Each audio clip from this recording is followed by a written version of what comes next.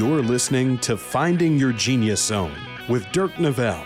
With the help of successful individuals across industries, Dirk breaks down the unknown parts of every vocation while highlighting the importance of finding a career where you can leverage your natural skills, passions, and interests. Now here's your host, Dirk Nevelle. Hello, everyone. This is Dirk Nevelle. Welcome to my podcast. On with me today is a gentleman that I've gotten to know just recently. He's not someone I've known for a long time, but I will say Phil Treadwell, by the way. And Phil is it's an interesting, there's a parallel in terms of kind of what I do and what I'm trying to do and what he's done. But when I was thinking about getting into podcasting, he was very instrumental in helping me. He didn't know me. We had mutual friends. And so I always appreciate people who are willing to kind of reach out and help educate and kind of, he's been there, done that. And he was just awesome about helping me kind of get going. But Phil is, I'm going to let him in his own words kind of articulate what it is he does. But from what I know of Phil, he is kind of in that genius zone. I mean, I watch his podcast. He's very good at what he does. I know he was very good in my industry as well as a producer, but he's certainly in his flow. And I believe just from discussions and conversations I've had with Phil, he has passions around finding the right career and being passionate about what you do. So I'll stop rambling. Welcome to the show, Phil. Dirk, man, I appreciate you having me. I love what you're doing. I love the concept and appreciate the kind words. It's definitely it's great to have people to collaborate with that are genuinely out trying to add value to people. So again, I'm just honored to be here. Cool. Yeah, I'm a newbie and Phil's like an expert. So I'm a little not nervous, but just, when we stop recording, you can give me some constructive criticism. I know you're pretty darn good at this, but in your own words, tell us a little bit about, let's just say you're on a plane flying to do a speaking engagement and someone's sitting next to you and they say, "Hey, Phil, what is it you do?" How would you answer that? Yeah, currently I'm a business and mindset coach for the mortgage and real estate industry. I spent 19 years as a mortgage industry veteran in all layers of production and sales. I also obviously speak nationally in the industry. I'm a podcaster and a content creator. So really, in short, what I like to do is to help people take their business to the next level, find their passions and monetize that. So a lot of skill sets, being a producer in the mortgage business, trying to be a podcaster. I'm a coach as well. It seems like an interesting variety of skill sets. Is there one that you feel more inclined, that mirrors you, or do you feel equally good in all three? That's an interesting question because for me, they're all three pretty much the same thing. So when you talk about mortgage production, I think people would agree that business has been done, is being done, and will always be done based on relationships. And relationships is about communication and influence with people. So then when you talk about podcasting, it's the same type of thing. It's about communication influence around a topic that you're passionate about, that you have knowledge in, and again, communicating with people and creating relationships. And I think all of those skill sets transcend into coaching. You've got to have experience and understand what it is someone is doing or what they're going through in business, in their life, in their mindset journey. And you need to be able to create a relationship with them so that you can essentially achieve what Zig Ziglar says, which is people don't care how much you know until they know how much you care. And through that process of creating a relationship, add value and help them process through the things they need to do. So for me, I think that one of the things I've always loved is people. I love getting to know people. I love learning about people. I love learning about myself. I love that growth process and hearing how people have overcome challenges, how they look at different things, how, there's no one answer to any specific problem. There's no one solution. And so that's really what I'm passionate about. And in all three of those places within the mortgage industry, whether that's in production, whether that's in running a branch or a region, all of which I have done for years, or going into the coaching space or content creation space, it's really about how do you interact with people? How do you communicate, create relationships, create influence? And again, at the end of the day, that's kind of how our world works. Yeah. I mean, I'll say it again. It's interesting. I mean, I think we have a lot of similarities. Like me, I'm very curious. I'm naturally curious. I listen a lot. I talk a lot too. I can ramble on, but I really like interviewing people. It's interesting to me. And it feels like you kind of share that same interest as well. Absolutely. I do. I like people. I like getting to know people. I feel like there's a huge rock that we live on, and I want to see and experience as much of it as possible and understand different cultures. I mean, in a previous season of life, I felt that I was called to full-time ministry. I ended up not actually, pursuing that call for a few different reasons. There was a different path that was in store for me. But even through that journey, I was really interested in apologetics and understanding other religions and other faiths. And I think it goes to this core passion that I've uncovered over the years, which is I love to learn. I love to grow. I love to see what that next thing is. And not that I'm not content. I just love that journey of getting to know people and peeling back the layers, just because the world most of the time wants to kind of stereotype and pigeonhole. And those are there for a reason, but most people have a lot more to offer, have a lot more that they can provide in value and that they can teach you. And that's just something I love about the world in general, and try to pursue those things as I build my business. Yeah, it's funny. You just like some of my podcasts go these crazy directions, and you're talking about religion, and I'm very interested in religion as well. And I have a book called World Religions, and I've always wanted to be credible on the different faiths. And not that this podcast is going to get religious, but I have learned, like, just learning about different faiths is how similar a lot of our belief systems are. And, you look around and there's a lot of division in the world. And that's a thing, like talking to people, that have different careers, et cetera. We're all very similar in a lot of ways. We all want a lot of the same things, yet we're different. But in the whole religion experience that I've had of reading about different faiths, it's like, it does boggle my mind. I mean, there's some core belief differences, but we all have very similar, I think, ways of looking at life. But anyway, so tell me a little bit about, before we get into the career or careers, walk us through a little bit about your background, like where you're from.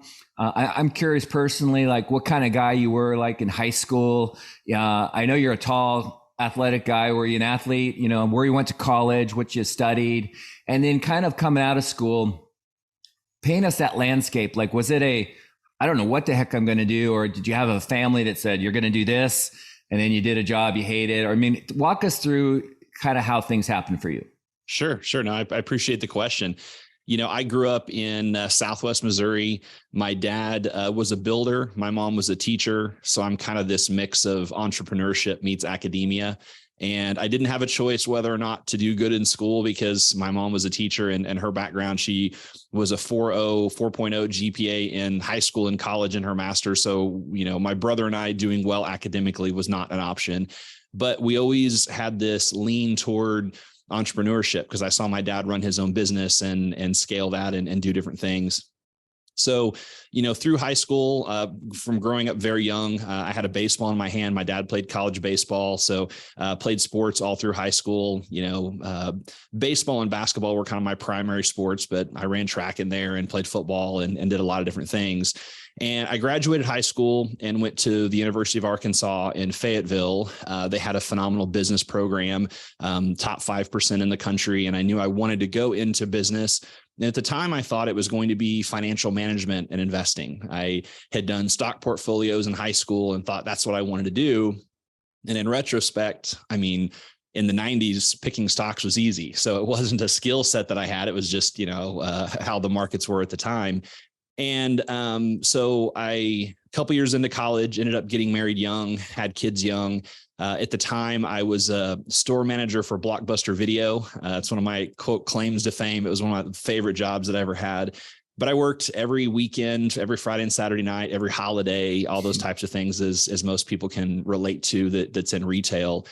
And I realized that at the time, I thought I was going to go into that retail management world and was making more doing that already than what my degree was going to be. So I ended up stopped going to school because, again, I was married, I was having kids, things of that nature, and spent a couple of years just kind of pursuing corporate America. I did some corporate sales and some recruiting and some things like that, and ended up going back to work, moved back to Missouri because I was still living in Arkansas at the time, and went to work for my dad as a builder. And I really wanted to take over his company.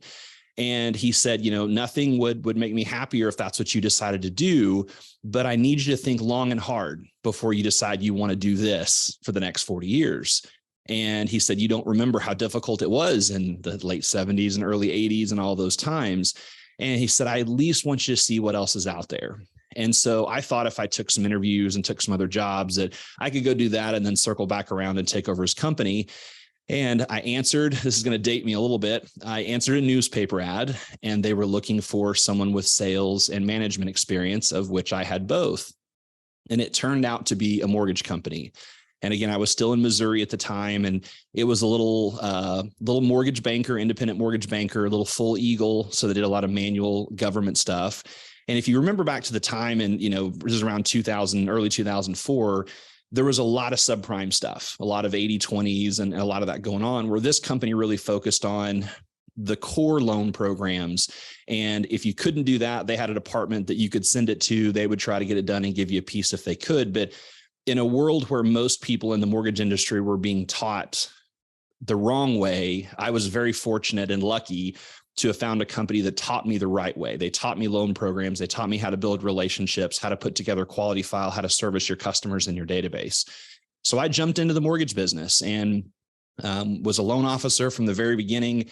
I had 4 days of classroom style training. On the 5th day, I watched my boss go around and talk to his realtor referral partners. And the following Monday, he had a Xerox box full of black and white flyers and hands it to me and said, go talk to realtors and get them to send you business. And that's kind of my entry into mortgage. And I did well because, again, I had come from sales backgrounds where, you called 50, 100 people a day, or you knocked doors, or, really difficult types of sales.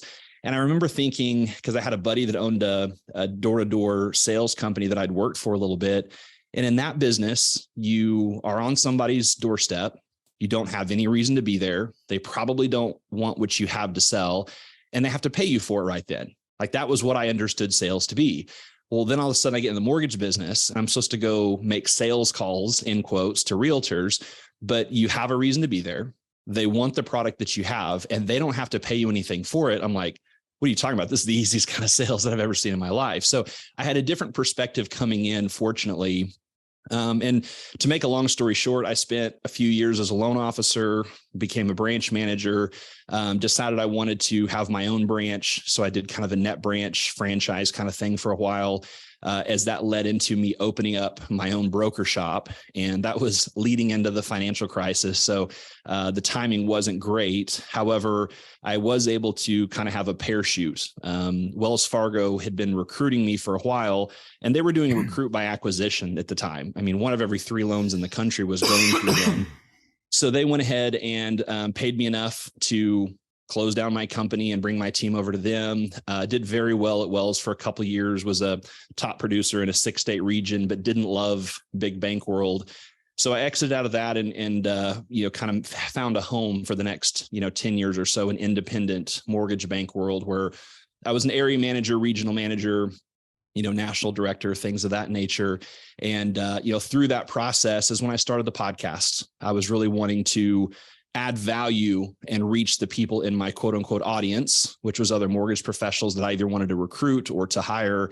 And we could potentially go into, that side of things, but that's kind of how things unfolded. It was a lot of happy accidents. It was a lot of mentors, helping me along the way, showing me the right way to do it, so I didn't beat my head up against the wall, and made a lot of mistakes along the way, but was able to learn something at every step of the process, so that could continue to take me ultimately where I wanted to go. So did coaching come after podcasting? Yeah. So still podcasting today. We're almost 5 years into the podcast. I started the podcast in 2018. And again, it was really to reach mortgage professionals and to kind of build that brand. Truly, I didn't, at this time in social media in the mortgage industry, no one talked about a personal brand or really knew what it was. There was this guy that was screaming on Instagram and Facebook, Gary V, and that I didn't know who he was. And he started talking about this stuff, and it was really resonating. It was like, my industry's not doing this, and we need to be doing this. So I realized I started by putting out an Instagram page. And again, think early 2018 Instagram. It was quote of the day, pick of the day, outfit of the day. It was something of the day. I thought, let's do a mortgage marketing tip of the day. And I started an Instagram page, and I called it Mortgage Marketing Expert. only because I owned the domain name. That was the only reason. And we put out, just on a white background with blue writing, a mortgage marketing tip of the day. And after 30 days, we had like 1,000 people following the page organically. And after 90 days, I started running out of stuff to say. There was only so many one-liners or two-liners I could come up with that were any good, where I didn't repeat myself. And so the podcast was an idea where I thought, if I bring on experts in the industry and then take their quotes, I can continue to feed this Instagram page. I didn't really think anyone would listen. There was only, I think, 2 podcasts in the mortgage industry at the time. And so I started the podcast. It was truly a ready, fire, aim kind of deal. I decided on a Sunday. I invited the 5 biggest personalities that I could think of. I only knew Barry Habib at the time, but I invited Barry and Tim Brahim, Dave Savage, Todd Bookspan, and Casey Cunningham with Zenix. And Barry, Tim, and Casey all said yes on Monday. So I can invite them on Sunday. They said yes on Monday. They were scheduled for Wednesday, Thursday, Friday, but I didn't know how to do a podcast. So I'm like, okay, on Tuesday, I need to figure out how to do a podcast. And I figured it out, called some people and got some help. And the rest was history. I didn't realize until I looked up about 12 or 15 episodes later that I'd had most of the who's who and the Mount Rushmore of mortgage. And all of a sudden, people started listening and the podcast kind of blew up and it created other opportunities. And so I continued to use that to build my region as a regional manager and create some influence and really help people build their business, because that was really the mission of the podcast and the mission of what I was doing. And so where coaching came in is, a couple of years ago, I decided I wanted to go back to production and build a team. I hadn't originated since I'd become a non-producing area manager back in 2013. And I didn't want to be a talking head. I didn't want to speak on stage or coach or, podcast and not be able to truly know firsthand what this industry was like.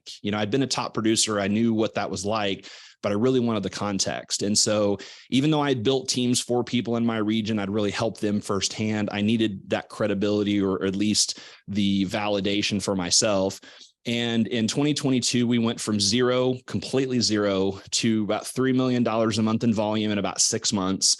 I hadn't originated in 10 years. My wife was on my team. She had never originated at all. We hadn't originated in the state of Texas, which we live in Dallas now. And rates were going up 0.5% a month at that time. And so after we did that, where people are losing, 60, 70% of their volume and we're gaining market share, the question was, how are you doing it? Can you open up your playbook? And so we started doing some workshops, and that led to more formal coaching. I'd always had some one-on-one coaching clients where people had reached out and I would, take an interesting opportunity here and there. And I'd always coach the people that were on my team in my region. But where it came was, I realized that's what I was passionate about, was speaking and podcasting, and in turn helping people build their business. And a group and individual coaching platform made a lot of sense. So that's kind of how that unfolded. Yeah. And by the way, you're very good at it. I see your clips coming through, and what I've really what kind of initiated me wanting to reach out to you was, I have a lot of similar friends. Like Tim Brahim and I are very close, and he's been my coach for 12 years. A lot of these guys you mentioned are great. But what I love is you seem to be confident, and you seem to be able to get into the personal and the inner stuff. I say stuff, but that's one thing Tim and I have really gotten deep on over the years. We stopped talking about mortgage stuff and really started getting, underneath the curtain, behind the curtains, and going deep on some of the things, belief systems, some of the things that maybe were creating issues for me, or, maybe not giving me the success or joy that I wanted out of life. But you seem to have gravitated with some of your content into that space, which I want to get to in a sec. But before I do, it's funny. I had, do you know who Brent Hicks is? I know the name. I don't know that I know him personally. Brent's a Dallas guy, big producer for Cardinal, great dude. But I'm in this group with Tim. There's 50 of us, Ryan Grant, Josh Meadow, a lot of guys, Yeah. Brent's one of the best. And he was talking about how he used to sell Bibles door to door and how he really learned. So when you're talking about your door to door experience, I was like, there's a parallel there. But okay, so, you have all these things you've done. You've produced, you've managed, you're speaking, your coaching. What I like to do, like for some 25-year-old that's watching and they're like, a lot of different things. What is it about? Like, what have you found out or surprised you over the years? Like, wow, I didn't see this coming. Like sometimes we just get so involved with our life and we just, 10 years later, we like, whoa, what happened? But if you look back, is there anything that's not so obvious that you could share, maybe even in each of those facets, because they're different jobs, careers for some people? Like, what is it, the advice that you would want to give to somebody that's maybe thinking about being a mortgage person or a coach or a speaker, maybe something good and bad that kind of caught you off guard? I don't know that there was anything that, caught me off guard per se. If there is any one thing, I would say that everything is going to be harder than you think it is. It's going to take more effort, more grit, more of your mindset, more of your education, more sacrifice, all the stuff that it's going to take. In almost every case, it's going to take more than that. And I was a guy that had great work ethic. I swung a hammer for my dad almost every summer growing up, and, played sports at a fairly high level. And I felt like I had great work ethic, and I felt like I had a fairly strong mind and endurance. But I think if there was anything that maybe surprised me at different times throughout my career, is there were things that just kind of happened. And I thought, well, that was easy. And then as you would fold it back, you're like, no, it's because of all this other hard work and things that I've done here, to where when I finally pursued that, it unfolded because of the work that I had done. And the other things that I thought would come easy, I'm like, oh, okay, there's a lot more work that it's going to take. So that's the first thing I would say that maybe caught me off guard.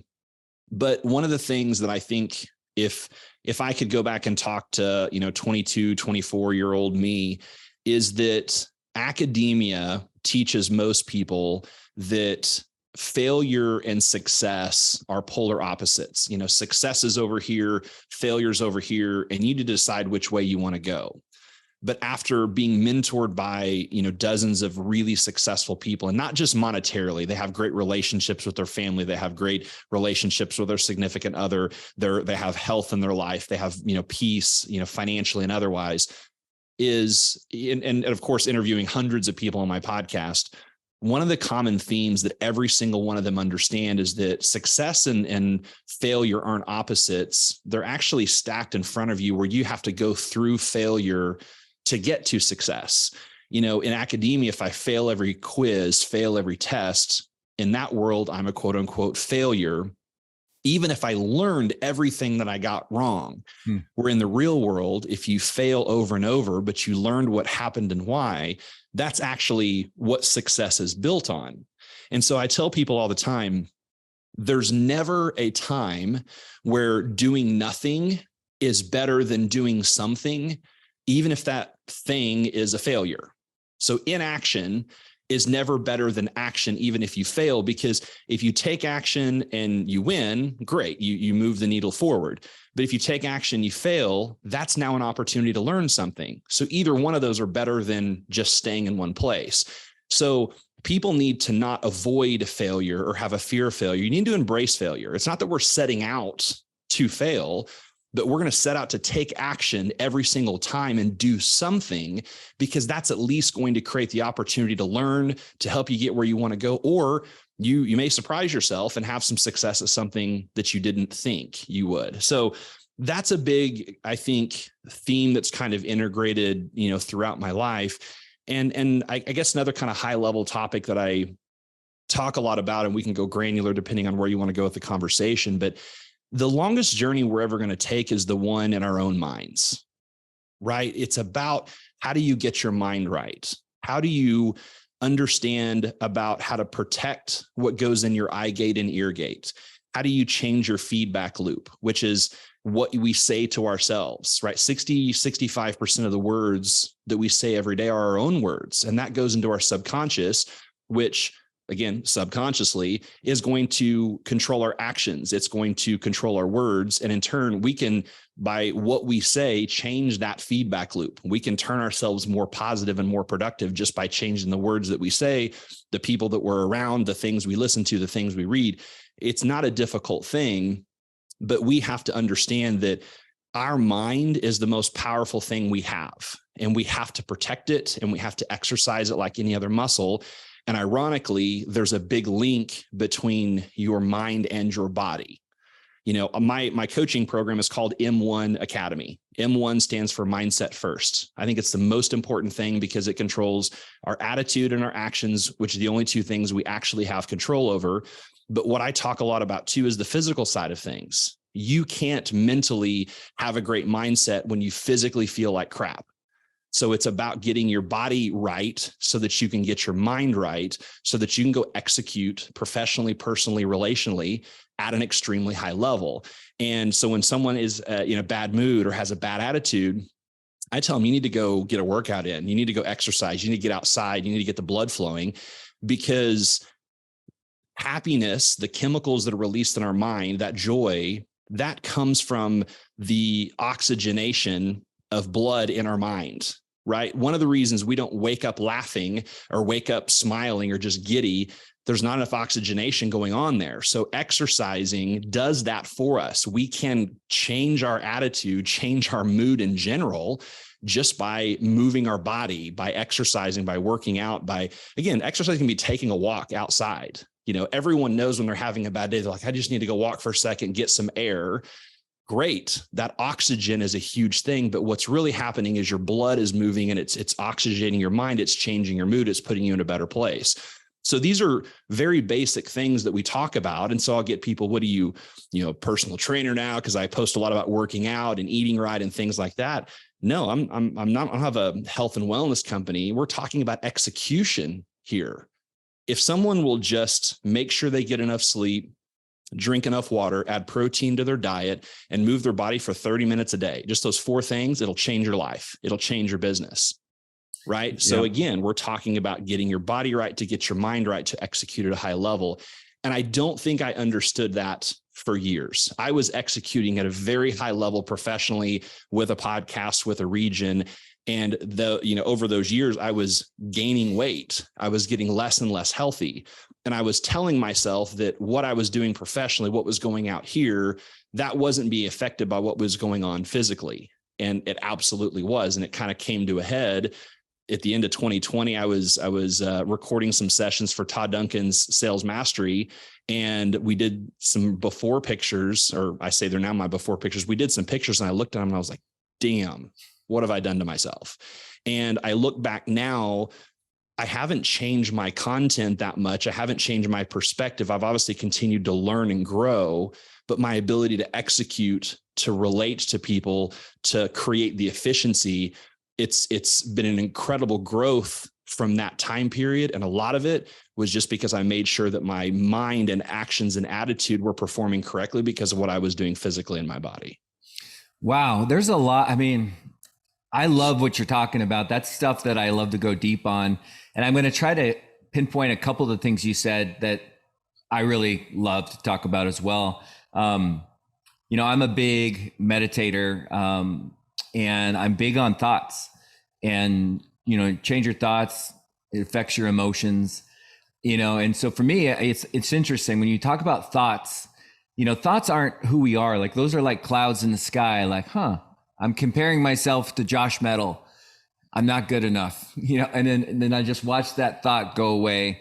Cause I grew up comparing, my dad compared us to everybody. So, that's like the ultimate thief of joy, which is a quote, but yeah, it's really interesting. And this is really cool because what you're really doing is throwing advice, which is one of the questions I have to younger adults that are struggling, but be very aware of your thoughts. And then I'm a big fan of, you're talking about physical, and heck, I'm 200 pounds. I'm usually about 185. So I just haven't hit rock bottom. So I need to start losing some pounds too. But it's an interesting, this is really good advice, but like the thought part of it and your energy, I'm really big into Joe Dispenza meditation. And he says, change your energy, change your life. And I think what you're talking about a lot is changing your energy. And this is the thing is I don't think young adults think like this. I think they're consumed with maybe paying off college debt or getting a new house or a new car or whatever. And they go full charge into a career. And I love what you're saying. It's hard though, I think, for younger adults, because you and I have life experience. Right. And we've come to this conclusion based off of failures and success, which is another thing I'd love to talk about, because I don't think, when you talk about that, I'm curious as a coach, like people, it's not safe to fail. Like for me, it wasn't safe to fail in my dad's eyes. Like I couldn't not be the best athlete or whatever. And so how do you get like subconsciously into someone's mind when, you're talking about failure is part of success, but deep down subconsciously, whether they're aware of it or not, they just don't feel safe failing. Like those are big conversations that can take a long time to unravel. What would be your advice? I mean, because that's not a simple, hey, success and failure are one and the same. We're all good. You good? All right, great. It's not that easy. I know. How would you help somebody with that? Because there's a lot of belief systems that are deeply wired and can take a long time to, I don't want to say fix, but work on. Absolutely. I appreciate that question. This is probably one of the core things that we focus on both in our one-on-one coaching clients and in our group coaching clients. And it is not just a good question, it is the question. And the short answer is we recreate new belief systems around action and results. Because just what you said, people have deep-rooted belief systems around success and failure because of things that previously happened in our life. And sometimes those, because familiar is better, even if it's a painful familiar, than the unknown, because we have that fear of the unknown. And it really continues to circle around fear of failure, fear of the unknown, fear of whatever, ... And so what I try to do with people, fear and hurt and all of these things, like you said, are at a very low frequency. So you have to learn to operate at a high frequency. But the first thing you have to understand is that those feelings, those emotions, those are about a need being met or not being met. Fear, jealousy, hurt, sadness, feelings are about a need being met or not being met. Same way with joy, happiness, excitement, whatever else. Feelings aren't truth. Feelings are feedback. So when you have a feeling, it's an opportunity to stop for a second and say, what is it that I need to be paying attention to here? That feeling's not necessarily truth. So once we stop for a second and get out of our feelings and use our logical mind, which we all have, and most of us want to operate in, we just don't know how to. That first thing is, let's operate in a logical mind. I'm feeling a certain way. I either like it or don't like it, but what is it I need to understand here? The second thing is, how do I get myself out of that place of feeling, which we've already talked about. If you want to change your attitude, you take action. Those are the only two things that we can control. So if we want to control our attitude, we change our actions, and that's going to change our attitude. Now, as it relates to the fear of failure or rewiring that, we also attach that to action, specifically around daily habits and non-negotiables. One of the things I learned in the second episode of my podcast I ever recorded 4.5, almost 5 years ago with Tim Brahim, who was also my coach for about a year, is that you have to have irrevocable promises to self. And we can all have those. We let ourselves off the hook very easily, but that's what a non-negotiable is. So I help our team create daily habits and non-negotiables that they're going to hold themselves accountable to, and I'll help them hold themselves accountable. One of the challenges with coaching and mentorship and bosses is we try to get other people to hold us accountable when we need those other people to help us hold ourselves accountable, because that's where we start trusting ourselves. That's where these things get rewired. So again, here's how it happens. Our brain only distinguishes between wins and losses, not how big they are. It doesn't understand a big win or a little win, or a big loss or a little loss. It only understands wins and losses. So in those daily habits, we're going to help them stack up things where they create a lot of little wins. And it's literally habit stacking. If anybody's read Atomic Habits, we're going to habit stack to where, for me, for example, I wake up really early and I'm a night owl. I don't like waking up early. So when I get up early, that's a win. Okay. Make my bed. That's a win. Say some affirmations. That's a win. Go to the gym. That's a win. Create some content. That's a win. Come home and drink a protein shake. That's a win. All of a sudden, I've stacked up all these wins. So by the time I start my day, even if that first appointment, if that first call, if that first whatever it is a complete and utter failure, Doesn't matter, because in my mind, I've got all these wins and then a loss. Who cares? It's just one little loss. Because again, our brain won't, unless we consciously sit here and talk ourselves out of it, it won't distinguish that, well, that loss was pretty big compared to all these little wins. What, making your bed was a win? If you don't want to make your bed, then yeah, that's a win.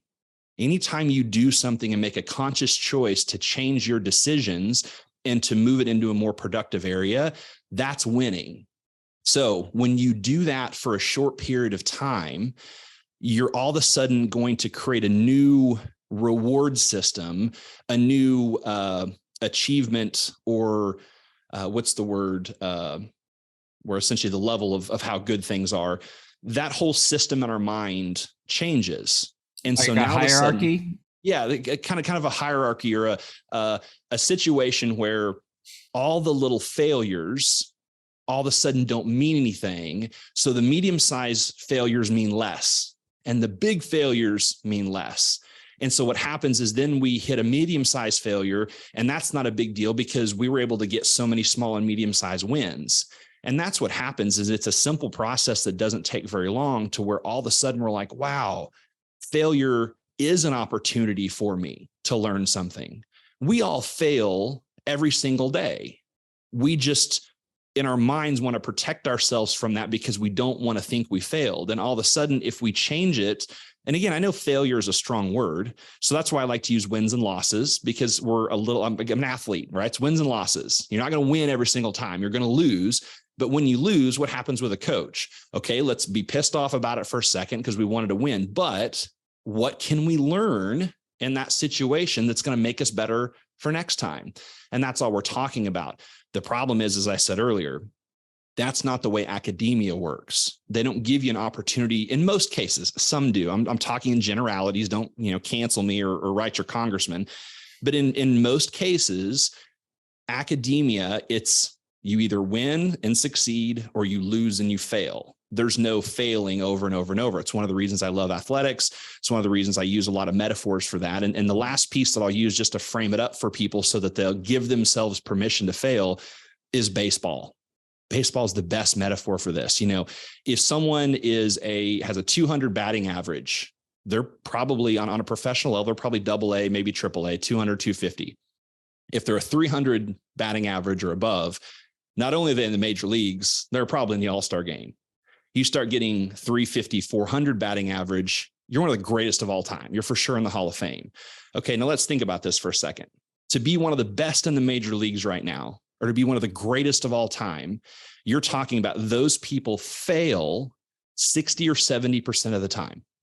And it's not just a small failure. You're walking in front of tens of thousands of people multiple times a night, walking your butt back to the dugout, completely failed. And these are the best in the world at what they do. Some of the greatest of all time failed 60, 65, 70% of the time.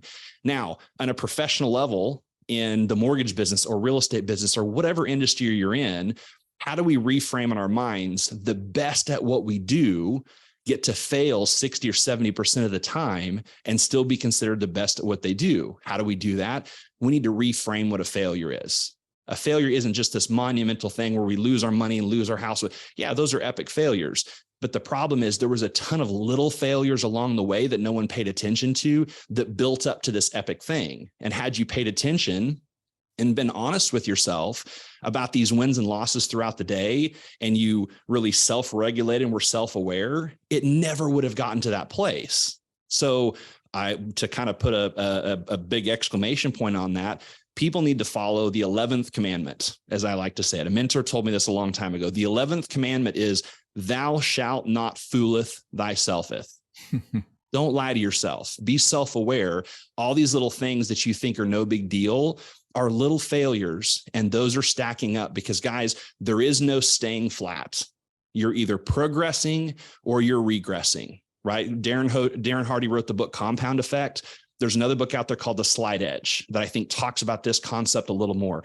You're either improving and growing and progressing, or you're declining and regressing. There is no flat. And as soon as we understand that, we'll pay attention to all those little things a lot more. I love it. I mean, a lot of gold here. I mean, there really is. I mean, I know you're smart and I've listened to you, but you're very wise and you're throwing a lot of things at our audience. And in my mind right now, I'm thinking about like my son who quit baseball and he's 3 years into lacrosse and he hurt his knees. So they put him at goalie and he's playing on a really good team, like an all-state team. And he's so hard on himself. But I'm like, if only young adults, high school, like they could think like this in terms of reframing these failures or loss, whatever you want to call, as just a way to get better. I mean, it would be so valuable. And that's really what this podcast is I'm really, you're making me think differently about like advice I would give to people that maybe are struggling and they're like, I don't know what the heck I want to do, but I think you got to love yourself. And that's not a word that, is thrown out in the business. I remember I used to work with a guy named Tim Sanders and he became a speaker. And I think he wrote a book called Love is the Ultimate App or something. And when he said it, I'm like, love, business, what are you talking about? But I think, you have to first be gentle on yourself and go easy on yourself. And I just wish like my daughter and my son could look at some of these, I don't want to say failures or losses, but look at them as building blocks to become better. So this is really good stuff. Getting back, by the way, I love baseball too. And you made me think, I grew up playing with John Olerud and I was pretty good. And then I started playing with him in the All-Star. He was a couple years older than me. And I remember my dad saying, you're maybe not the best player around. and I remember it really kind of shook me because I had a lot of maybe insecurity, but a lot of confidence built around athletics. But, John was almost hit over 400, I think. I don't know if he was with the Mets or the Blue Jays, but one of the best hitters I've ever seen. And, you're right. I mean, he hit under 400, maybe 350 on average. I don't know, but that's a really good way to look at it. These guys aren't batting 900. They're not batting 800. So getting back into advice on careers, like we're talking about mortgages, you're talking about coaching, we're talking about podcasting. I either want people to be watching this running away from what you do or running to it more interested. You've seen a lot of people, especially as putting your coaching hat on, succeed, like great producers, right? Do you feel, I guess the question is like, I'm around these guys like Metal and Craig Strent and, they're really, really into what they do. Like they're not faking it. It's a race they want to win, but they love it. What do you see in like successful producers? And success is a big term, doesn't mean money, rich, but people who love what they're doing. What is it that you see in these people? Is there a consistent theme, like a couple things that younger adults might be interested in knowing about? Yeah, for sure. I mean, there's kind of two pieces to this. The first is one of my favorite quotes is a Tony Robbins quote that's success without fulfillment is the ultimate failure.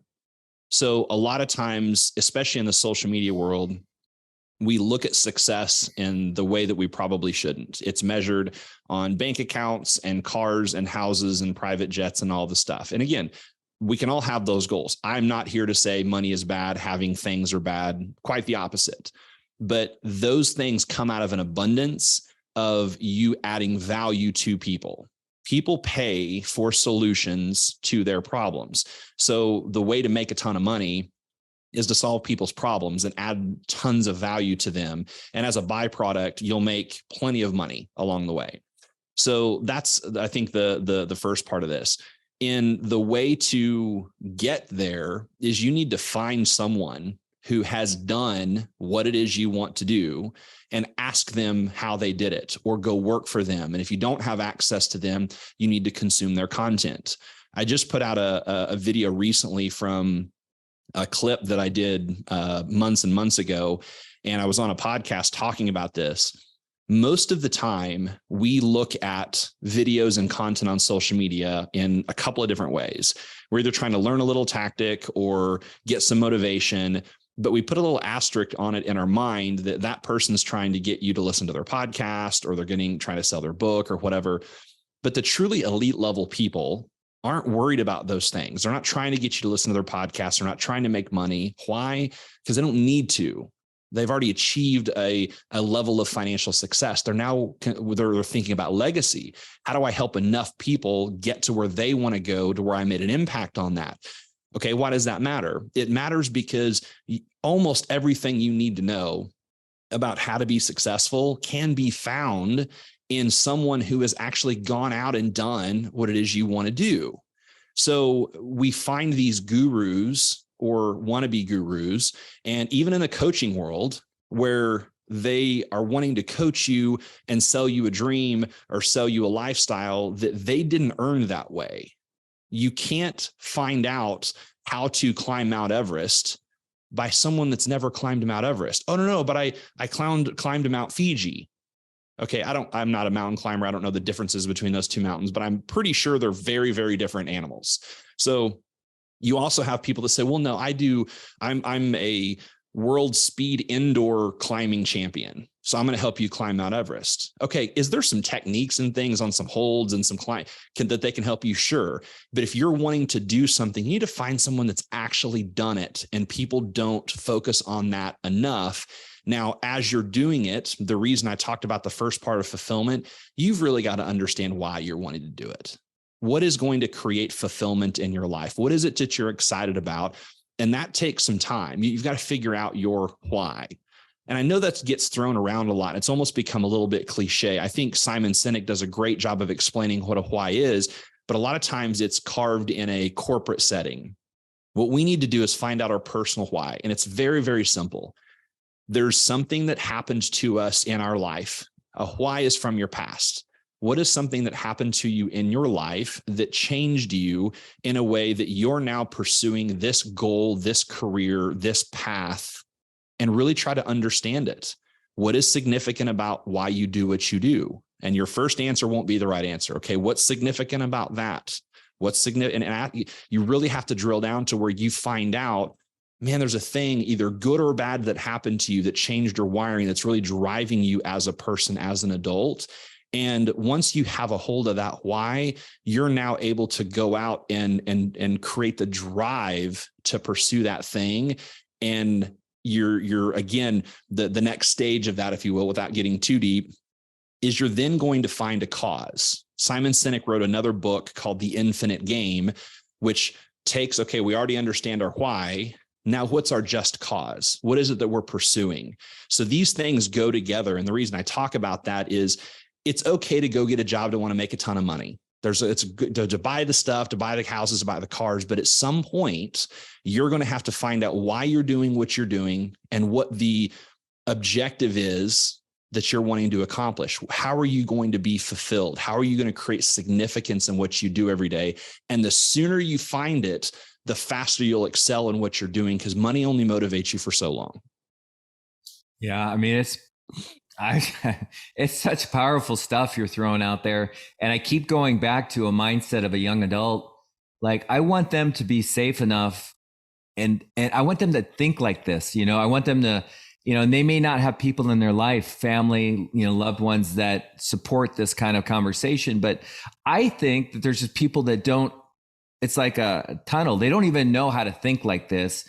And so, I mean, they can think like this, but they don't, because it's just not in their whatever. But I think this is great. I mean, if anything, I know that someone watching this podcast, your words are going to change their life. I mean, if it's one I mean, that's my why is if I would love to, I was bullied a little bit, and I feel like the whole career and society, and I'm not a victim, but I think it's kind of like a bully. Like, it forces people into, lives. And a lot of times they're not happy in their career. And I just wish that we could shake up the system a little bit. And all the stuff you're throwing at people, right, at my audience, I mean, this is life-changing stuff. I'd love to go deeper. I know we don't have time, but in my mind, I'm curious what that why was for you as a kid. But you're certainly motivated, and you're certainly like exceptional at like, the emotional part of this. I guess one of my questions is, like, I'll be honest, I've struggled in the mortgage business. I was a big producer, and then I just kind of got burned out. But sometimes I don't feel like I can truly make an impact. Like, I like talking about deep stuff. And a lot of times I feel like I'm commoditized in this business, and the skill set or the value of Dirk isn't really leveraged or utilized. It's like, you might want me to be your good friend, but you might go to Rocket Mortgage because they're whatever. So I've struggled with the commoditization of this industry. And maybe that's just my issue. But like listening to you, you're so deep. Did you ever experience that as a lender, or did you just say, hey, this is the business we're in, it is what it is, and you accepted it? Do you have similar feelings about the mortgage industry, or am I alone?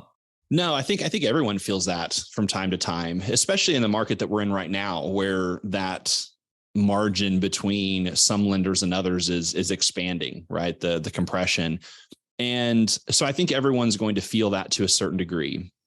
What I want people to understand, and I know it's not the same thing. So for mortgage professionals that are hearing this, that are going to roll their eyes at what I'm about to say, understand there's a real concept here. And I lived, eat, and breathed it. And that's one of the reasons we grew in 2022 as rates were just going crazy. You do have to offer a fair rate, a fair price. You've got to be quote unquote in market. You can't be, if the market's offering 6 and you're at 7.5, that's not going to work. Right. And some people are like, well, I got to be within a quarter. I don't think there's a number. I think it correlates to value. Like I said earlier, people pay for solutions to their problems. Like, well, they're not going to pay $50 a month difference, but are they? We pay $25 a month for services that we may never use. And we're talking about if you create enough value as an advisor in an ongoing relationship and use their home to build real estate wealth. That's what our team name was, your BREW team. And that BREW is an acronym for Build Real Estate Wealth. If you create an ongoing relationship with someone and you have enough value and service over time, people will pay more money for that. They absolutely will. What I was passionate about at this season of life was building real estate wealth, creating passive income, creating net worth with real estate. That's really the biggest problem that most people have. And both of them can be accomplished through mortgage and real estate. I also believe that most people between the ages of 20 and 60 have some type of a desire to sell everything and live in a VW bus or an RV and travel the world. Or if they're not wanting to do that and very passionate about what they do, they want to create net worth for retirement purposes and whatever else. A lot of nonprofits, a lot of ministries don't necessarily have retirement plans, and you've got to do that another way. So I was very passionate about that. And so that was the model and value that we created, is teaching people to do that. So the example that I said that they may roll their eyes at is a Rolex, because I had a conversation that I recorded, that I put out a piece of content, and a guy on LinkedIn commented and said, "This is the stupidest thing I've ever heard. It's a mortgage. People are always going to go with the lowest rate. It's not a Rolex," is what he said. And I thought it was interesting that he brought up the Rolex example, because that actually is truly a commodity. So if you have a Rolex that's $20,000 and an identical Rolex that's next to it that's $23,000, but the guy selling it or gal for $23,000 says, "Yes, but I'm going to clean this and service this for life," I'm probably going to buy the $23,000 Rolex. Now, at what number does that value not become enough value anymore? It's somewhere. Would I pay 30 instead of 20? Would I pay 25 instead of 20? I don't know exactly, but there is a way to understand that. And so that's why I thought his example was a terrible example, because guys, if you're talking about rates and being commoditized, it's because you're not offering enough value that people feel like what you're offering is enough to bridge the gap. If you really want to go deep on this, there's a great YouTube video that talks about the value stick. It's a Harvard Business Review article, and it's super entertaining. It's not dry. It's not academic, on the value stick, where it talks about the willingness to pay, willingness to sell, willingness, the value in between. It really explains all of this stuff in detail. And where your profit is their willingness to buy versus your willingness to sell. That's really the profit, is in between there. If their willingness to buy is above what you're willing it to sell for, then that's profit. And that profit is in terms of value. How do you create that satisfaction in people? If I tell people, listen, here is the strategy that I'm going to help you with over the next 6 months, year, 2 years, 3 years, for you to achieve your financial goals through real estate, both your real estate assets, the debts that are attached to it, and any other thing you've got going on. And we're going to work with your CPA, and we're going to work with your financial advisor. And we're going to show you this path of, you want to retire, so you need $7,000 a month in passive income after we've worked it out, blah, blah, blah. Great. Here's the way to get there. Well, would you pay $100 a month to have someone that's organizing your CPA, your financial advisor, all these professionals, and they're walking you through this plan? Would you pay $100 a month, $200 a month? What is that number that you'd be willing to pay to have this person walk through you quarter after quarter after quarter? That's what people don't understand. If you looked at your financial advisors that probably aren't touching your portfolios other than a year at a time, and they're charging you a couple percent on your assets, and you broke that up on a monthly basis, you're paying hundreds of dollars a month to someone that's not actively working. And if people don't reframe this that way, then yes, you are a commodity. And I don't mean that harsh. But if you're not willing to create value and solve people's problems, then you need to go try to be a low-cost leader. Guys, I'm not going to help you. You're not going to hear from me again, but I'm going to give you the lowest damn mortgage that you can get. And that's the way you need to build your business. And there's something to be said for that. But I'll go back to Simon Sinek, and this is the last thing I'll say on this piece of it. In Start With Why, there's a quote that really has nothing to do with why, but it impacted me huge. He said, selling for less is a lot like doing drugs. At first, it feels really, really good. But to get that same feeling, you have to do it more and more and more. In business, we just call that a commodity. But in the real world, we call it a junkie. And we need to think about that. There's a lot of people in the mortgage and real estate business that are just straight up junkies because they're trying to lower the cost and lower the cost and lower the cost and lower the cost. And then they scream, but I'm a commodity. Then don't lower your costs. Listen, I have a professional mortgage practice. We help you build real estate wealth. We're going to help you achieve your long-term and short-term financial goals. We're going to help you manage your real estate assets and the debts that are attached to it. We understand a mortgage is one of the largest debts that most people get into. Most people think we just do mortgage loans, and we do, but here's the other things that we do. Guys, these are things that you need to be talking about with your clients and in any business. I know we're talking mortgage specific, but if you're selling insurance, if you're a financial advisor, if you're a bricklayer, hey, I know that my quote for this retaining wall right here is a little higher, but one of the things we're going to do is every 6 months, we're going to come back and check. Is it leaning? Is water pooling? Is there some stuff going on here? If there is, we're going to take care of it for you. Guys, that's huge value. I would pay more if someone says, I'm going to make sure that this thing is maintained the right way. We're only limited by the creativity that we have, and we can either go be a junkie or we can be business advisors, and we get the choice to choose. We just don't make that decision. Yeah. I mean, a lot about the mindset, right? I mean, you know that you offer this value, and there's people in our business that don't think like that. And maybe they don't think they offer the value.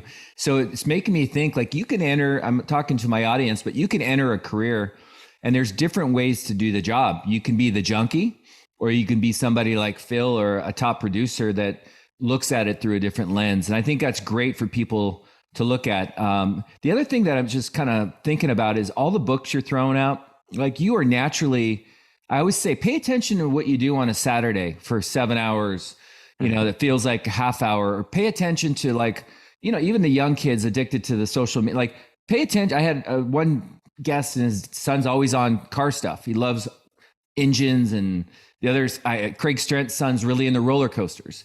And so pay attention to those things. I mean, those are the clues, I think, in life that maybe help us figure it out. And like for you, you're a consumer of reading. I mean, you're reading all these books.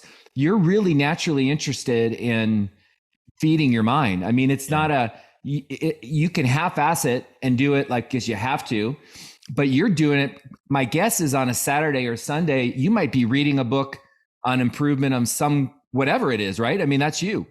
Yeah, it's totally true. And so the second part of that you said, I'll answer first and go back to the first part. Yes, I consume a ton of content, podcasts, books on Audible, books in person. I go through several books a month. I think the statistic I heard is the average male anyway consumes 0.5 nonfiction books per year, or one every 2 years. And that's the average male in nonfiction books. I try to consume 4 to 5 to 6 nonfiction books a month, business books, positive mental attitude books, things of that nature. And a lot of the people that I'm around do as well. And a little side tip in there for those that are listening, especially maybe on the younger group that hopefully we haven't lost you. One of the most important things is the Jim Rohn quote of we're the average of the 5 people we spend the most time with. I don't know if there's any scientific evidence that proves the number's 5, but there is scientific evidence that we start to emulate those people that we spend the most time with. And if you'll level up in the people that you associate with, you in turn will level up. Having said that, the first part of what you're talking about is I don't know if it was a movie or a video I saw a long time ago where they were talking about, in high school, they ask you, if you could do anything in life and get paid for it, or money was no object and you didn't need money to live, what would you go do? And that is kind of the insight to who it is you want to be professionally. While I don't think it's quite that black and white, I think it does provide, again, a lot of feedback in that thing. From day one, I was always a good student, but at the bottom of my report card, it would be like, Phil likes to talk. Phil's a talker. Well, okay, maybe that was a foreshadowing of me being a podcaster, me liking having to talk to people and get to know people. I like to consume content for fun. I like to learn new things. I've been exposed to a lot and do a lot because I want to learn. Like whenever ChatGPT came out, I wanted to learn, what is this thing about? Every time a new social media platform comes along, I want to get on there and play with it a little bit and break it. I don't know why. It's just kind of how I'm wired. So I try to create opportunities where, okay, I consume a ton of content for fun. Does that mean I'm going to try to go be paid to consume content? No. What I figured out is some of that content is valuable to other people. And I've now become a curator where I can turn and share that with people. And there is a value to that. And so that's what I want people to understand. If you're consuming a ton of car content, maybe it's about being a designer. Create cars, you can be a mechanic, like there's so many, an engineer, who knows what it is, but it's something to pay attention to. They're probably not going to go into a fine art if they really love mechanical stuff, right? If they spend all of their time, one of my stepdaughters, she's a really talented artist, both graphic, digital, and like hand drawn and paint and whatever. She's probably not going to be an accountant. Right. So you try to create some things around that and let them do it. So I love that you brought that up. Pay attention to what your passions are. Pay attention to things you're naturally drawn to. And that can give you some good insight into not only what you want to do as a career to create that fulfillment, but where there may be an opportunity to make a ton of money along the way. Yeah. So I love this. I mean, I could go on, but I know we can't. I have a couple questions I ask before we wind this down that I ask every guest. But before I ask these two questions, the area that you mentioned that I'm fascinated by, that I don't know if I'm on the spectrum of alarmist or not a big deal. I mean, I know I'm not a big deal. I'm more probably towards the alarmist. Like it really worries me, but like AI, and I want to ask you a little bit about that. I was reading an article yesterday. You mentioned nonfiction, and they're talking about the voiceovers, people who narrate books, audiobooks on that it's really real people are getting bounced out big time. And a lot of these booksellers are starting to use AI for their voiceover, especially with nonfiction. In the world of mortgages and, one-click automation, Rocket Mortgage, et cetera, what's your take? I mean, I know it's a long conversation, but if you were to kind of bullet point it, do you feel like, because I think younger adults need to think about careers like AI, and I really think, we can't be blind to the fact that, AI is here now, and my feeling is AI is like our children, and they're learning from us right now. Like they are taking notes and they are becoming very like us, and it scares me. But in terms of the mortgage industry, coaching, podcasting, what's your take on how AI might influence those industries? Great question. So the first part, the philosophical view on AI, is the fear that I think a lot of people have that, Elon Musk talked about in that Rogan podcast years ago, is that it's going to grow and evolve so fast beyond what we can do that it's going to quote unquote take over. And there's all kinds of sci-fi movies. My practical approach to it is, of course, we're not going to be able to control something or put safeguards around something that we don't fundamentally understand. So I understand why Elon Musk and others are trying to tell people slow down a little bit so that we can get our arms wrapped around it. And my advice to the average person is you need to start becoming an early adopter. When they talk about it took 50 years for a TV to get in every household from the time it was introduced. And then it shortened to 20 years with a microwave. And then it was, 5 years or however, I don't know. I'm throwing out numbers, but it was shorter for computer and then internet. And now it's that the cycle of information and the speed of information adoption is so much faster. I think we need to do our part in understanding we can't just wait until we no longer have a choice to learn and understand something. It's easy from someone that likes to learn new things versus maybe someone that's kind of stuck in their ways. But ironically, for me, it seems a lot of the people that are stuck in their ways are the ones that are shouting the loudest about their concerns about this stuff. So my advice on a practical level is go and learn it and understand it so that whenever the conversations are happening, you're a voice of experience. You're someone who can talk intelligently about it. And if people will do that, it may never evolve into a place that's out of our control because we have enough educated people that says, what about this? What about that? That's how our country was founded, ironically. And I'm not going to go into the political space, but that's the biggest problem we have politically is we have people shouting about one candidate or another that's standing on the street and can't tell us anything, about 8th grade social studies. But again, that's another conversation. The second part about the applicability in the mortgage industry, I just had Shashank Shekhar on my podcast, CEO of InstaMortgage, brilliant dude, known him for years. He just put out an ebook about ChatGPT for lenders, and it's something that I've participated in. And a few things people need to understand is the uses are endless. I mean, I did this the other day. I've got Travis Tom that was on the podcast. He's got a platform that we're going to do a webinar around and do some demos. And I wrote a little description. I'm like, that's not very good, but my mind was just kind of foggy. It was the end of the day. So I literally copy and pasted it and told ChatGPT, make this better, and then pasted it. And it gave me like a really good description. I'm like, sweet, pasted it, changed a couple of words. So if it's in real estate, it can write your listing descriptions better. If you're a mortgage professional, it can write blogs for you. It can write emails for you. It can take your existing scripts with realtors or clients and make them better. You can literally make this better, make it more authoritative, make it third person or first person. Like, we just need to understand that it will do anything we want it to do, but it's not human. It's going to take the knowledge of what it knows.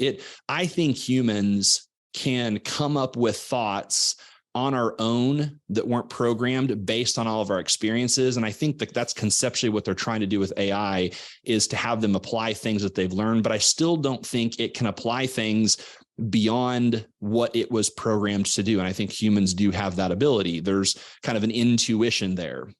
So I say that to say, use it to create efficiency. You need scripts, you need, and not just in copywriting. You could say, hey, I am wanting to do this many videos, this many social media, blah, blah, blah, blah. Give me a content calendar, right? It can also interpret information. In one of this new webinars that was the version 4 or generation 4, whatever it is with ChatGPT, he was saying that they took hundreds of pages of IRS tax code and pasted it into the chat and then gave a tax scenario and said, what's, the tax situation? And it spit out the answer. Now, we need to still check ourselves on it. But if you're driving along in your car and a client says, hey, I was thinking about this and this, strategy that you gave, but, we may only be here 4 years. About what would I owe on it in 4 years? Well, any mortgage professional knows how to go find an amortization chart and get that number. But why not put in ChatGPT? If someone buys a home for $400,000, puts $20,000 down, has an interest rate of this, what is their loan balance going to be in 4.5 years? And they'll spit out a number. Is it going to be to the penny? Theoretically, it should, but even if it was off for a little bit, the client's only wanting to have a general idea, right? So what can we do to create efficiencies? It's not about doing something different or creating an entire different space than, a lot of people think new technology needs to come up with a new space or completely replace what we're doing. Well, why can't this just help us do what we already do better? And that's really what that whole conversation is about. So I won't take any more time other than definitely go listen to the Mortgage Marketing Expert podcast episode with Shashank Shekhar on it. Has some great ideas, and a little anecdotal thing that I've actually tried myself is really cool. He said, has nothing to do with mortgage, but you could literally put, I have these things in my fridge and these things in my pantry, and I don't know what to cook for dinner. Give me some ideas. And not only will it give you the list, it will give you the recipe. And so I played with this the other day. I was trying to show a guy in my office just kind of what it could do. And we've got like eggs and flour and milk and cheese and cinnamon. And like, we literally pulled like 7 or 8 random kind of basic things. And it gave us a list of 6 different things we could cook that were actually decent meals and gave us the thing about it. So there's so many cool things that it can do. Like anything else, we just need to take time.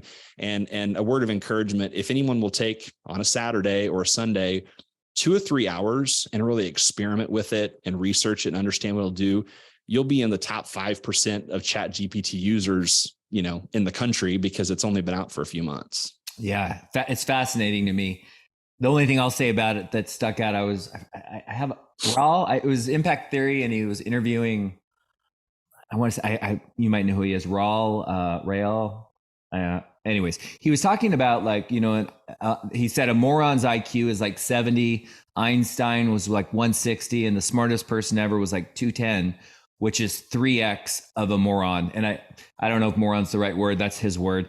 Sure. But he says this chat is going at 1,000x. So it is going so quickly that we don't even know. It's like 2 + 2 isn't 4. It's like we don't even know. We can't keep up. It's like it's going so quickly that we can't even fathom where it's taking us. Like, you know what I mean? It's an interesting thing. I think it's really great that you know so much about it, because I do believe that it's going to play a part in our industry and other industries. Okay, so my 2 questions, and some of them are pretty basic, and sometimes I want to throw one more thing in here, just for the future of our industry. Yeah, we're just saying with the tax code example, we could paste Fannie Mae or Freddie Mac guidelines or HUD guidelines, and then give a loan scenario and ask Chat GPT, does this scenario fit into those loan guidelines? Mm-hmm. How much more efficient will that create underwriting? What other types of programs could we create to streamline the underwriting process? Assuming we look at it of adding value to our partners, to our clients, yes, it is going to play a huge role if people will understand that this is an opportunity to make all of us better, more efficient. So I just wanted to throw that one last thing out there. That's really interesting. And it made me think. I had an appraiser on a couple of weeks ago, and I asked him a question about AI, and he was saying, and you might know this better than I, but like comps, right? Give me 5 comps, punch in an address. And he says the problem right now is it's not current, it's not updated, it's pulling off a 2021 data. But maybe there's, I would assume that's going to change quick. But like even as an appraiser who's trying to comp a house that's complicated, give me 6 comps within 10 miles. I mean, it's going to help for sure. And again, it may replace jobs, but we can't be blind about it. No, but I mean, even in that situation, have the appraiser go pull the 25 or 30 or 50 comps that they're already pulling. And if they're trying to figure out which ones are the best ones for this house, paste all of the descriptions of those comps in, and then the description of your house, and say, what are the best 6 or 8 comps? And then the human can go and determine, of those 6 that it provided, what are the 3 that I need to put in the appraisal or whatever else. Like, it can narrow things down. It can analyze data. Like, I literally the other day said, write a blog about this. Again, there was kind of a demonstration. Write a blog about this. It was a fairly complex mindset, blah, blah, blah. Gave me a pretty long blog article. I said, great. Now give me a summary that I can paste about it. Gives me a paragraph. I said, okay, now give me a great title for it. Right? It's conversational. And I think we just need to realize there's a whole huge capability of what this thing will do. So again, I don't want to beat a dead horse, but I think you're right. There's a huge efficiency factor here. We don't need it to come up with all the information per se. Let's give it information that we already know we can provide, and see if it'll help us narrow it down. And by the way, I mean, you can elaborate on this. The art of giving it information is prompter, right? Or prompting. Right. I mean, that might even be a career that we don't even know about. 100%. 100%. Have you ever read a book, The 5 Love Languages? I have, many times. So I was thinking several times. My wife's language is not, we have different languages. Hers is words of affirmation. Mine's, I've got a couple, but I was thinking about next time I make her angry, I can ask Chat to write a letter based on her love language. I'm going to see how that goes down. We'll see. I've heard people that have done that have sent like love letters or like at Chat GPT say, I would love to have a poem around this topic that's kind of a love poem to my wife, and it would like spit that stuff out. So people are doing that stuff. Like, it's very, very cool. I was in 8th grade and I was in creative writing, and Miss Bahat was her name, and we had to write haikus. So I got a book and I copied a haiku and then she had me come up in class and she says, it's really beautiful haiku that you wrote, which is 575 syllables. And I thought I was feeling pretty good. I think I was 7th or 8th grade. And then she showed me the haiku in the book. And so eventually you got to be careful too about using chat, because I think eventually there's going to be ways to determine if it's your words or somebody else's words. But yeah. So on that, college campuses have already figured this out for plagiarism. You can actually take and copy text and paste into Chat GPT and ask it, "Did you write this?" And it'll tell you whether or not it wrote it or not. Wow. Crazy. Okay. So question 1. And this question, a lot of times the answer is coined. Like people say, well, I wouldn't change a thing because this got me to here or whatever. But sometimes like you have this skill set, this knowledge, this wisdom. I mean, you've got you and I aren't far off from age.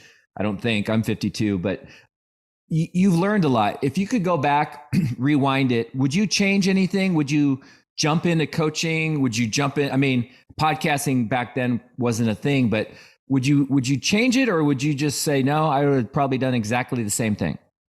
Yeah. I mean, I hate to be the cliche answer, but I don't have any regrets about things that I did, because just like I said earlier, even the ones that were failures, I was able to learn something. And I'm not convinced that had I not gone through certain things, that I would have learned things that I needed to take me to where I am and ultimately where I'm going to go.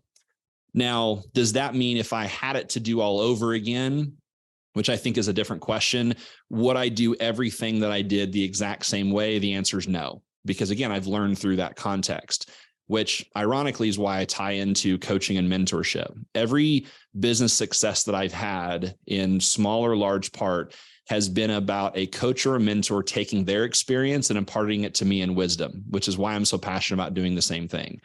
But do I have regrets? No. Are there things that if I could do it over, would I do it differently? Yes.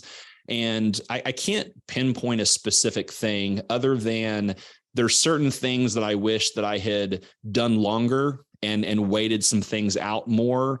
And there's some other things that I wish I had cut off a little sooner. You know, it's more of a timing related thing, but I don't think any of the moves that I made or transitions that I made, do I regret any of them?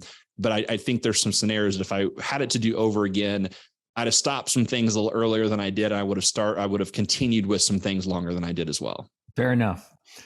Last question. So I'm not going to let you off the hook this easy on this one. You can't be a coach. You can't be a podcaster. You can't be in the mortgage industry.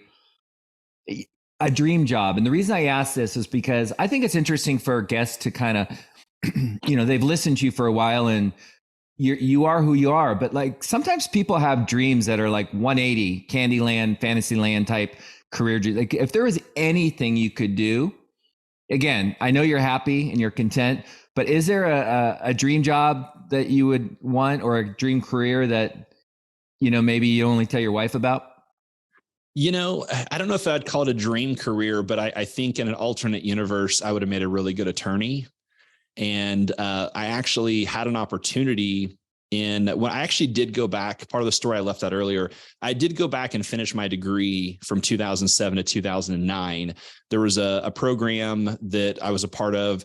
You had to be 23 years or older. You had to have at least 60 college credit hours. And you were with a group of 20 people for just over 18 months. I think it was like 20 months. And it was your degree work. You could finish your degree, and they had a couple different options. And during that time, because it was like 6 to 10 every Thursday night, again, every week for like almost 2 years. And every professor was an adjunct professor. They, during the day, had a career in whatever it is they were teaching at night.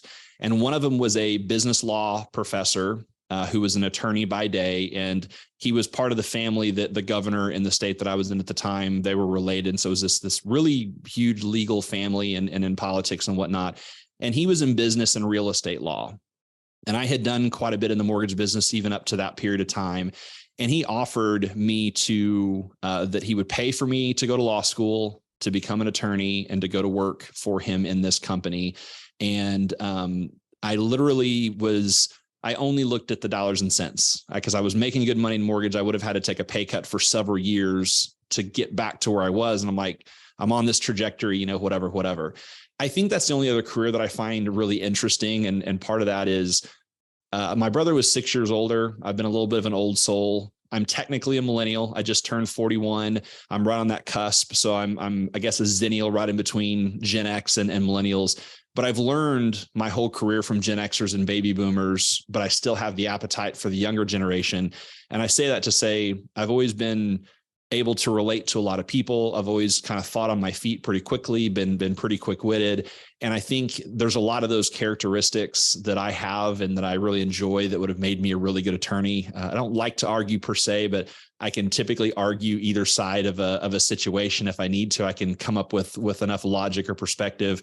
So I think that's the answer to that question, is that in an alternate universe, I probably would be in law. I love it. No, it's a great response.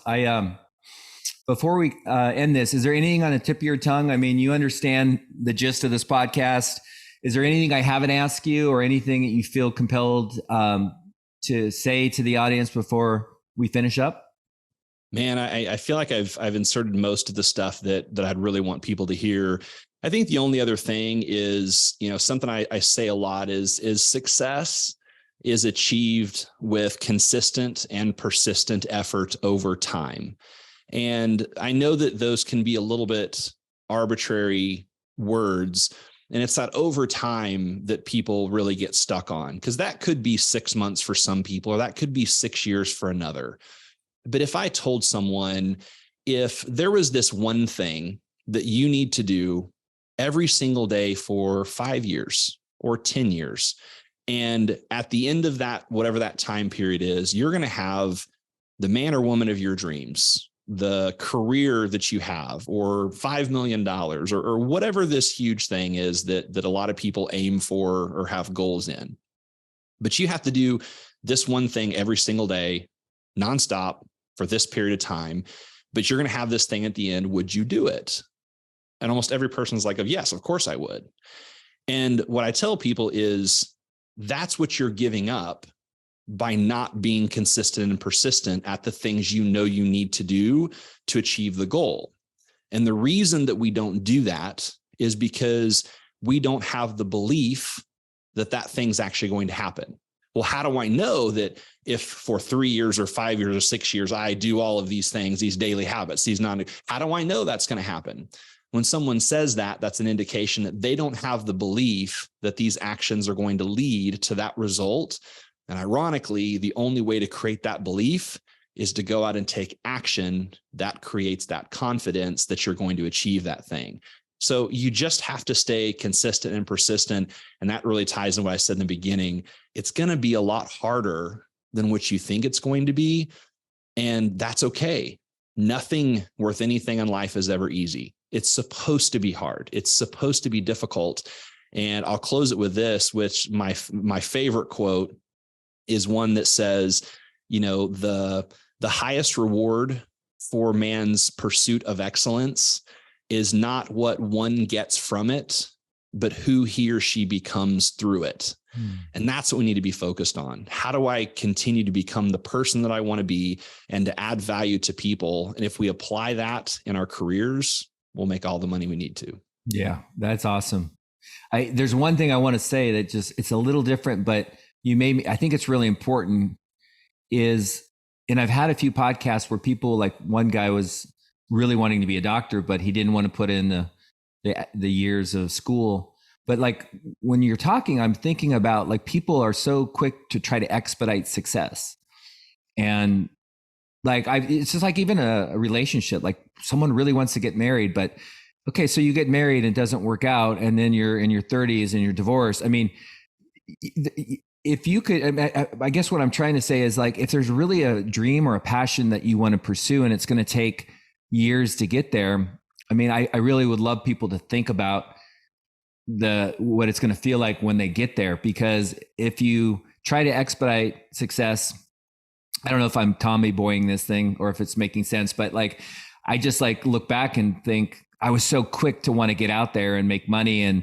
And I just wish I would have maybe slowed down a little bit and thought about what I would be happy doing and what would align with who I was. And if that means going back to school, like you did, law school or medical school or whatever, I just think it's really important to honor that. So, but Agreed. You are amazing, Phil. I really appreciate it. I feel like I know you way better. And again, you were, just for the audience, Phil's a guy that's super busy. And here I am, some dude from Seattle named Dirk reaches out to him, and he was so gracious, got on a podcast or got on a call with me and really helped me, with some of the ins and outs of podcasting. And I think that's really also important to recognize is, people want, they want to make people better. And you're the kind of guy I think that really wants to make an impact and reach out and improve the lives of others. And you're just a really giving guy. And I think that's really a great trait. So thank you. Appreciate that. And thank you for being on the call. Thank you for having me. All right, Phil.